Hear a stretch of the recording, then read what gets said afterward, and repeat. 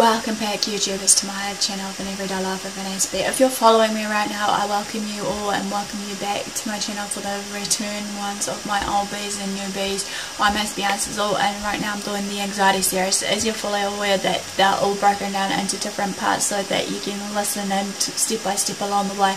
So hopefully I can educate and motivate you all one way or another. In these series right now, this is the mental health awareness series, as you're fully aware, and basically I'm sharing about the anxiety topic of PTSD. So what has been covered so far, you may be questioning, is what it is, the causes and triggers, the signs and symptoms, basically self-help tip and advice, as well as, you know, how it affects the nervous system and just the nervous system in general. Just a real brief one. So without further ado, this is part 7 I think right now, which is helping a loved one with PTSD. As we know that anyone who has suffered from any form of mental health disorder, basically, or illness, it does take its toll on a relationship or basically family life in general. Pretty much of you will agree on that. You know, as I've said before, you know, it's like anything being shared. You know, we need to be patient, empathetic, you know, trying to make sure the communication line is open regardless of whatever mental illness we suffer from. You know, even if, you know, many times that we know that some of our family members may tend to just, you know, cut ties from us because they get sick and tired of us, you know, that's fine, because obviously we need to try and learn to stand on our 2 feet and fend for ourselves and actually seek professional help if we need to, as well as maybe those other ones around us, be it our family, friends, co-workers, when they see the classic signs and symptoms of what we're suffering from, that, you know, maybe they can actually vouch that they can do it themselves. These are just a few important factors basically to address to you all, you know, when it comes down to, you know, being shared of what I mentioned based on helping people with mental illnesses. But as we know, sometimes some people with mental illnesses, you know, may have more roles. You may have more roles and responsibility in the home. You know, like I said, sometimes you may be a protector, you may be the provider, you may be certain things that rolls into one, trying to be a superhero, you know, and all the like, basically. It's fine and well, basically, you know, but as I said before earlier in the piece, in the tips and advice, we need to make sure we're looking after ourselves as well as the other person. It's okay to say no, it's okay to actually take a step back and actually look after ourselves, so to speak. You know, another one is basically for these roles, like, for example, classic examples, you may be sharing a big load of household duties on your own regardless, and yeah, you feel that the frustration, and number 2 leading into it will be frustration of a loved one who won't open up to you, so therefore, you know, you just keep pushing and pushing. Or another one is just along the way is dealing with the angry outbursts, you know, or disturbing behaviours that the person that's suffering from PTSD is clinically showing. Symptoms of PTSD, as I said, can be a result of job loss, substance abuse and other stressful problems as well along the way, basically, when it does occur. But then again, you know, we need to look at deeper further, even though there needs to be more research done in some parts of these mental health disorders that I'm sharing with you all, as well as the mental health illnesses, so that hopefully we can gain a better understanding and remove the stigma and stereotyping of others around us, be it whatever it may be, you know. So, and although this is, again, a self-help tip and advices of, you know, helping a loved one with PTSD. So, tip number 1, don't pressure your loved one into talking. It's a given no-no.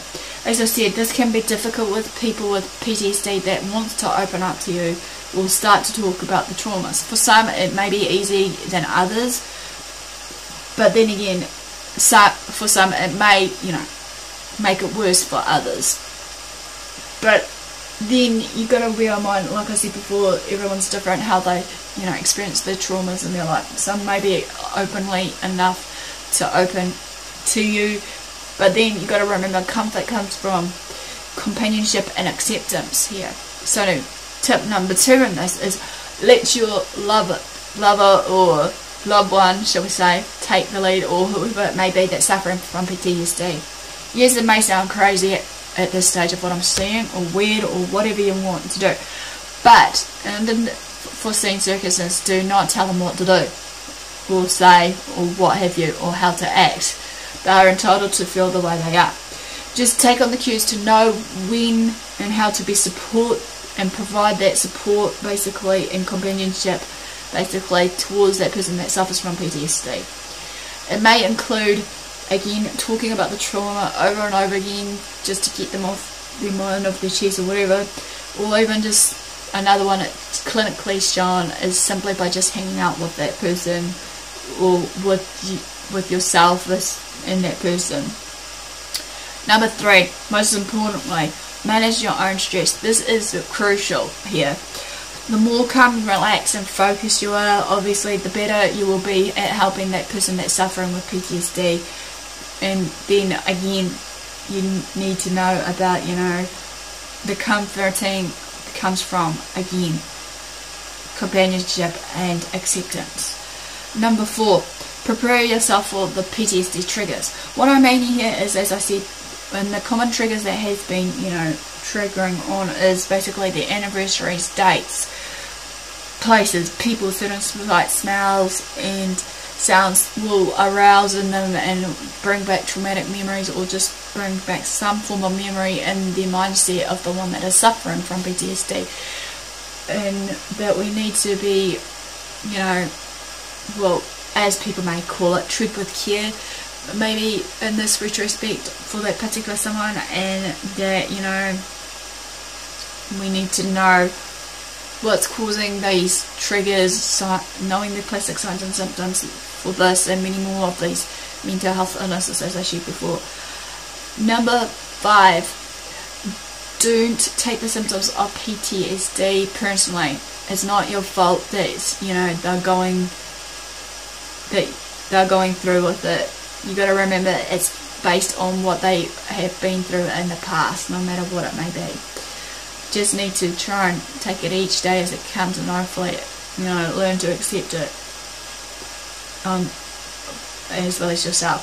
Number 6, this is like similar to what I always say in most of my mental health awareness videos. Educate yourself about PTSD or any other mental health conditions, illnesses, and the like, because obviously the more you self-educate yourself, the better outcome you will be for that person suffering from that mental illness. They'll then feel accepted and appreciated that you took the time, obviously, to actually get to know more of what causes them to be the way they are through their mental illness. Obviously, you've got to remember that with all these mental illnesses that they suffer from, be it PTSD, depression, OCD, the like, it's just a label. Underneath, they're still human, they make mistakes, they're, alive and breathing, and we need to be aware that, no matter what, that they're still there somewhere. Last but not least, as I said before, in the self-care tips, take care of yourself. You need to basically be number 1 once in a while. Take care of yourself. So no further ado, basically, give me the like, thumbs up. Basically, also feel free to comment below if I've missed out any parts that you feel to give as an advice or tip for others, how you help your loved one or your friend, family, whoever it may be that suffers from PTSD. Also share your stories with PTSD. It'll be good to actually see some, maybe now and again. Also feel free to subscribe to my channel if you haven't done so. Share my videos around to family and friends, as well as the channel link. Also basically do what you love what you do, love yourself, love one another, take care of yourself, be kind to yourself and others. Until next time, thanks for watching, thanks for the support, I'll see you again soon.